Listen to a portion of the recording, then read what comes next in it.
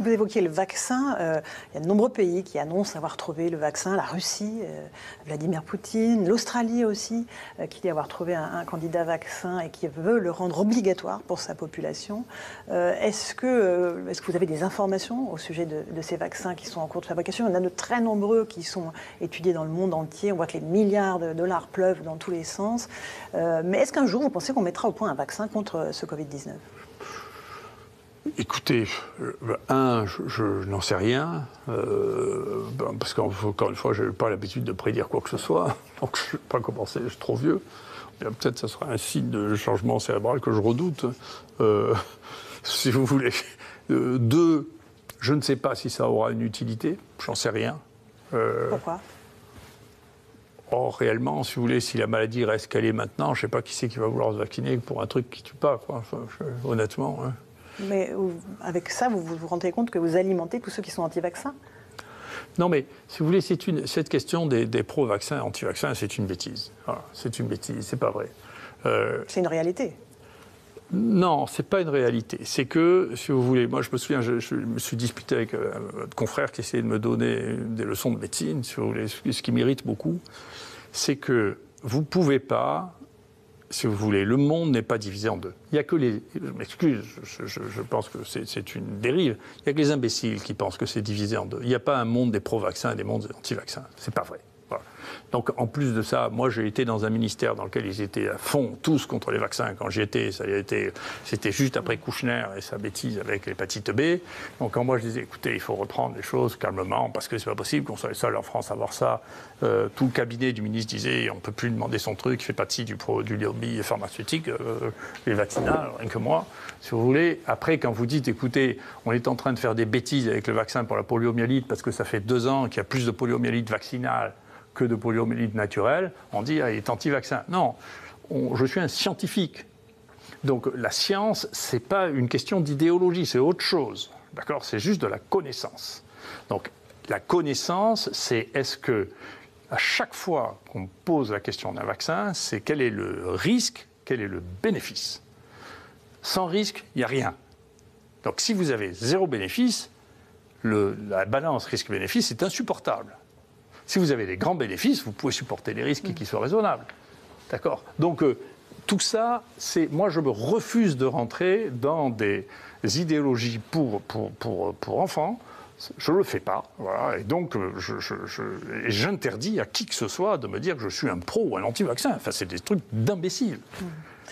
La vie n'est pas comme ça. C'est comme dire on est pour ou contre le vin, puis on ne peut pas être pour et contre le vin. Moi, je suis contre le fait que les gens boivent 10 de vin par jour, parce que vraiment, c'est pas bon pour eux, ça on est sûr. Si les gens boivent un verre de vin par jour, on ne va pas les empoisonner, les empêcher de vivre. Enfin.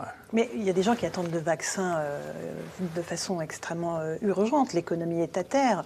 On sait que voilà, la vaccination est un des espoirs.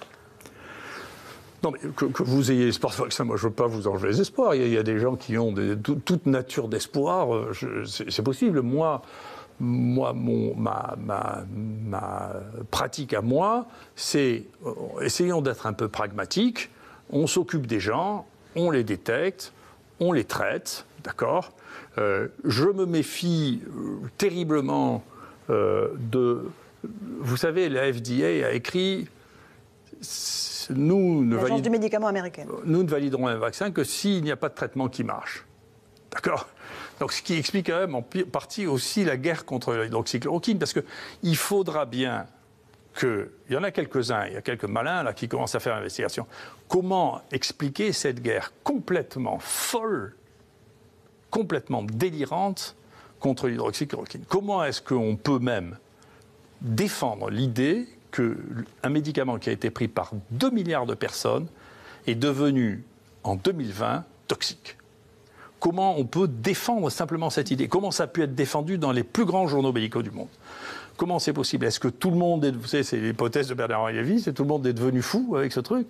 Est-ce que ce sont des intérêts financiers tellement monstrueux ? Est-ce que c'est que nous n'avons plus de bon sens ? Est-ce que c'est que nous sommes incapable de regarder ce qui s'est passé dans le passé?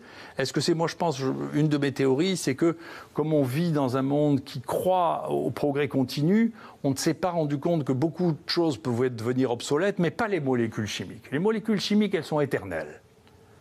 Donc ce que vous avez comme capital de molécules chimiques, ça existera toujours dans 1 million d'années. Et ça existait déjà il y a 1 million d'années.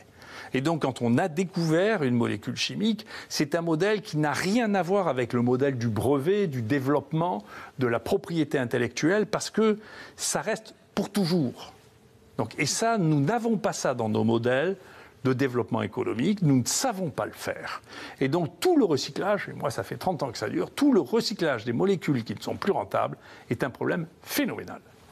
Sur les vaccins, encore une fois, vous n'êtes pas anti-vaccin. Vous dites même qu'on a d'abord découvert assez peu de nouveaux vaccins depuis les 20 dernières années et qu'il y en a qui sont à disposition qu'on n'utilise pas assez, varicelle, gastro-entérite. Exactement, bien sûr. Bien sûr. Attendez, moi j'estime, tout le monde n'en a pas la capacité, mais on a le droit d'être intelligent. D'accord ? Moi je ne veux pas qu'on m'oblige à être un imbécile. Je refuse. Voilà. Je refuse, donc je refuse, je ne fais partie d'aucun clan, je ne fais partie d'aucun groupe, je fais de la science, ce qui m'intéressait, la connaissance.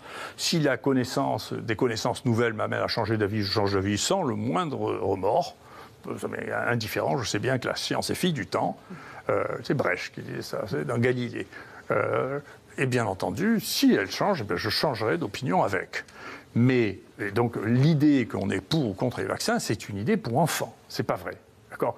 Regardez, moi vous voulez que je vous donne un des exemples de vaccins les plus fous.